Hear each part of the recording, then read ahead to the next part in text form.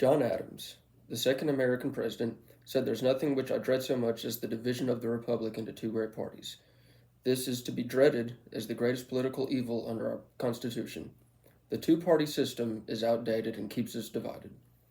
Hardworking citizens consistently feel the need to stand against fellow Americans because of who they vote for. This becomes more problematic every day.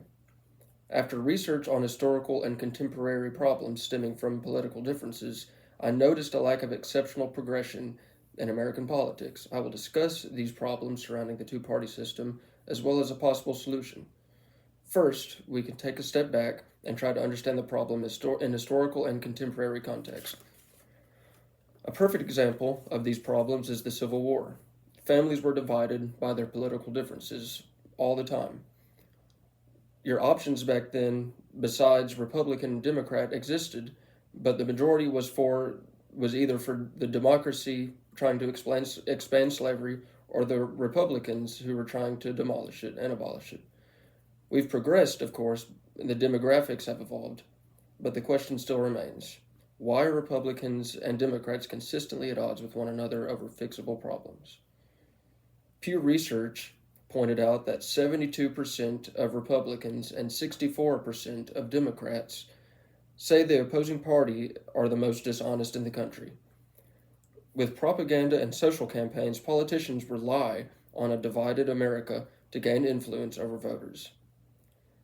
Published by Kira Korhoven with Statista, between January of 2023 and August of 2024, 18,841 political demonstrations like riots and major protests took place, with issues like gun control, abortion, mass incarcerations, poverty, taxes and health care, and, of course, systematic racism. Americans have become quicker to blame each other instead of peacefully, yet assertively, blaming the mistakes of the American government. It's only rational to now discuss a possible solution to these problems. No single solution to political issues will happen overnight, or, on that note, even be cared about by America's entirety. There is still, of course, a logical solution that has helped America and countries around the world, and that solution is revolutionizing assertive protest in a peaceful, yet prepared and active manner. Becoming educated on the subject of protesting is a decision that any American can make for themselves. It helped to make our country what it is today. Take, for instance, 200 years of racial division before the March on Washington in 1963. 250,000 people showed up at Lincoln Memorial to voice anger, unrest, and injustice.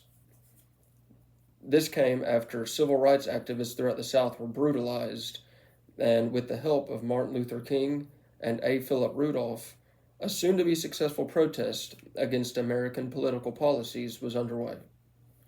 Nicole Dudenhofer, with UCF Journalism, points out that this led to the Civil Rights Act of 1964.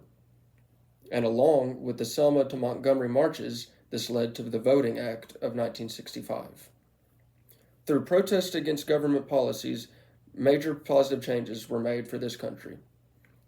Though times have changed, the protest of American political policies is still possible. If citizens, however, can actually learn to unite against them together.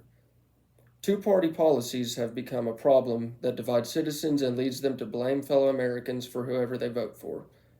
Successful united protest against outdated policies could gradually lead America to a new revolutionized generation in which citizens blame the mistakes of the American government instead of blame each other.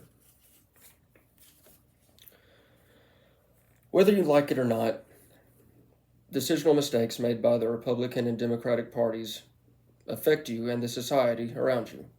Instead of holding your personal values against the values of others, learn to proactively pursue a better social environment for everyone by protesting the fact that politicians make more money when us as Americans are divided.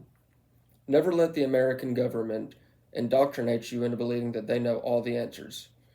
Always remember the power that uniting in protest can hold. Just to illustrate how divided we have been, Here's a picture of the march on the Capitol by Trump supporters. Well, the majority of them were Trump supporters.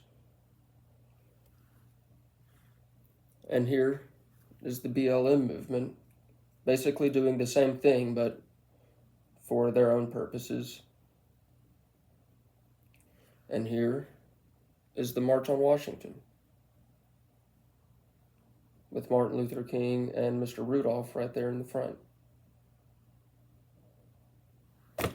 I hope by listening to me today that you decide to go out there and peacefully protest in your own way, or at least educate yourself on the subject. Thank you.